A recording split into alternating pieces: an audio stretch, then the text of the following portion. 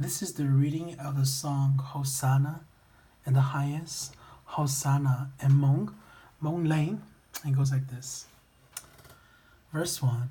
Hosanna, Hosanna, Hosanna khổ van Chúa. Hosanna, Hosanna, Hosanna khổ van Chúa.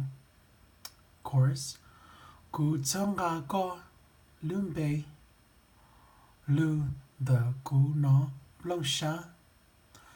Thơ trong gà cú tu Chúa Giêsu.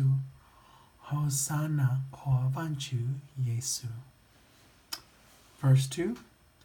Lưu minh mò ha lưu lưu khổ.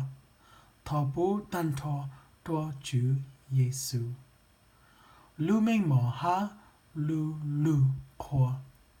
Thọ bố tân thọ đô Chúa Giêsu. And tag. Hosanna khổ van Chúa Giêsu.